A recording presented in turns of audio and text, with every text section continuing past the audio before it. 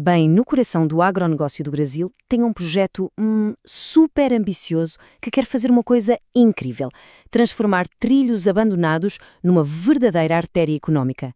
É sobre isso que vamos falar hoje, a história do Anel Ferroviário do Paraná. Um plano que não é só sobre revitalizar uma ferrovia velha, mas que pode, de verdade, redesenhar o futuro de uma região inteira. E a pergunta que fica, a pergunta que vai guiar toda a nossa conversa é essa aí. Será que uma ferrovia fantasma, sabe, um pedaço de história que foi esquecido, pode ser a chave para uma oportunidade econômica assim, gigantesca? Olha, a resposta, quem sabe, está justamente nos trilhos. Então, qual é o plano? A ideia é bem ousada, para ser sincero. É forjar um anel de aço de 1.200 quilômetros. Isso mesmo, 1.200, circulando bem no meio de uma das áreas mais produtivas do Brasil. E olha, não se trata só de mais uma ferrovia. O que está em jogo aqui é a criação de uma artéria logística totalmente nova para o país. Mas beleza, para a gente entender de verdade o tamanho dessa proposta, a gente precisa dar um passo para trás, voltar um pouquinho no tempo, porque a origem de tudo isso está numa história bem interessante de ascensão e depois de abandono. E a história dessa ferrovia é fascinante, de verdade. Ela nasceu lá em 1925 e, cara, ela foi o motor do desenvolvimento da região. Conectou tudo, abriu fronteiras. Durante décadas ela só cresceu, sabe? Foi se expandindo até chegar no seu ponto máximo lá em 1972. Só que aí o declínio foi muito rápido. Em menos de 10 anos, pronto, os trens de passageiros pararam de rodar. E hoje, hoje o trecho final é isso aí. Um fantasma de metal, sendo engolido pela natureza. E é exatamente aí, em cima dessas ruínas, que nasce a proposta moderna. Um plano que não quer só reviver o passado, não. A ideia é revolucionar completamente essa infraestrutura que ficou esquecida. Ok, mas o que é, afinal, esse tal de anel ferroviário? Pensa assim, é uma integração super inteligente de duas ferrovias que já existem, a Ferronorte e a Ferroeste. Juntas, elas vão formar um circuito fechado, um loop, que conecta os pontos mais importantes da economia do Paraná. Ou seja, liga quem produz lá no campo direto para o porto. E a sacada aqui é a eficiência. Em vez de sair construindo tudo do zero, o que levaria uma eternidade e custaria uma fortuna, o plano é o seguinte: reativar 70 quilômetros de trilhos que já estão lá, abandonados, e construir só um trechinho novo, de 188 quilômetros, para fechar o anel. É ou não é uma estratégia de reaproveitamento muito inteligente? E essa inteligência toda na construção, claro, ela aparece nos números. E é aqui que a proposta brilha de verdade, porque ela se mostra uma alternativa muito mais inteligente, mais rápida e, o melhor de tudo, mais barata. Olha só essa comparação, porque a diferença é absurda.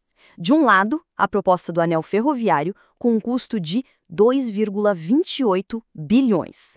Do outro, uma outra opção, a chamada Nova Ferroeste, que pularia para quase 10 bilhões de reais. É mais de 4 vezes mais caro. E não para por aí. O tempo para construir cai pela metade. O impacto ambiental, 60% menor. Por quê? Simples, porque a ideia é reutilizar o que já existe. É a diferença básica entre ser esperto e otimizar ou começar tudo do zero. E se a gente olhar o custo por quilômetro, aí a coisa fica mais clara ainda. Para construir o anel, o custo seria de uns 12 milhões por quilômetro. Sabe qual a média para uma ferrovia nova, do zero? Quase 23 milhões. É praticamente a metade do preço. O recado aqui não podia ser mais direto, né? Aproveitar o que já existe não é só uma ideia inteligente, é muito mais barato. Ok, a economia de dinheiro é gigante, a gente já viu. Mas isso é só o comecinho da história. O impacto de verdade, o impacto transformador desse projeto seria sentido em tudo. Na economia, no meio ambiente, na vida de todo o mundo. Vamos dar uma olhada em como isso aconteceria. Vamos começar com um número que chama atenção: 35%. Essa é a previsão de queda no custo do frete para quem produz. Agora pensa comigo, num setor competitivo como o agronegócio, onde cada centavo faz diferença, cortar mais de 1/3 do custo de transporte. Isso muda o jogo completamente. É um divisor de águas. Na prática, significa mais competitividade lá fora e, claro, mais dinheiro no bolso do produtor aqui dentro. Agora, vamos pensar um pouco nas nossas estradas. Guarda esse número, 18 mil. Esse é o tanto de viagens de caminhão que deixariam de acontecer nas rodovias, todo ano. O que isso significa na vida real? Menos trânsito, estradas bem mais seguras e, claro, um asfalto que dura muito mais porque sofre menos desgaste. E o meio ambiente? O benefício é simplesmente gigantesco. Trocando o diesel dos caminhões pela eficiência do trem, a gente deixaria de jogar na atmosfera 142 mil toneladas de CO2 por ano. Para ter uma ideia do que isso significa, é o mesmo que plantar mais de 1.200.000 árvores.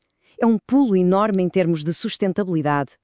E o legal é que os benefícios vão se espalhando, sabe? O projeto daria um gás em quase 20% da produção agrícola do estado. Atenderia a demanda de mais de 22 grandes indústrias da região de Maringá e garantiria que mais de 7 milhões de toneladas de grãos e proteínas chegassem ao seu destino. E tem mais, uma coisa que talvez ninguém esperasse. Poderia até criar oportunidades para o turismo, se conectando com rotas que já existem como o Corredor do Vinho. Quer dizer, o impacto é em todo lado. Beleza, tudo isso parece muito bom, muito promissor. Mas a pergunta de $1 milhão é: como um plano gigante desse sai do papel e vira realidade? Bom, a resposta está num modelo financeiro que parece bem concreto e bem amarrado. O valor total do investimento: 2,28 bilhões de reais.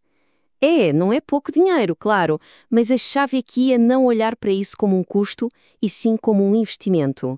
Um investimento que, como a gente viu, promete retornos gigantescos, seja na economia, na sociedade ou no meio ambiente. E como juntar essa grana toda? O modelo é uma parceria, com 3 partes. Primeiro, o governo do estado entra com uma contrapartida de 30%. O grosso do dinheiro, 1,6 bilhão, viria de um financiamento do BNDES. E para fechar, a operação do dia a dia ficaria com a iniciativa privada, através de uma concessão de 35 anos. Isso garante que a gestão seja eficiente no longo prazo. E vale dizer que essa proposta não é só uma ideia local, isolada. Ela tem o apoio do governo federal. Tem uma nota oficial da Secretaria Nacional de Transporte Ferroviário que diz exatamente isso, que eles reforçam o compromisso com projetos assim. E convenhamos, ter esse tipo de apoio institucional dá uma credibilidade enorme para o plano, né? E com isso, a gente volta à pergunta do início. Ao conectar um passado abandonado com um futuro promissor, o anel ferroviário do Paraná tem potencial para ser muito, mas muito mais do que só um monte de trilhos. Ele pode se tornar a espinha dorsal de uma nova era.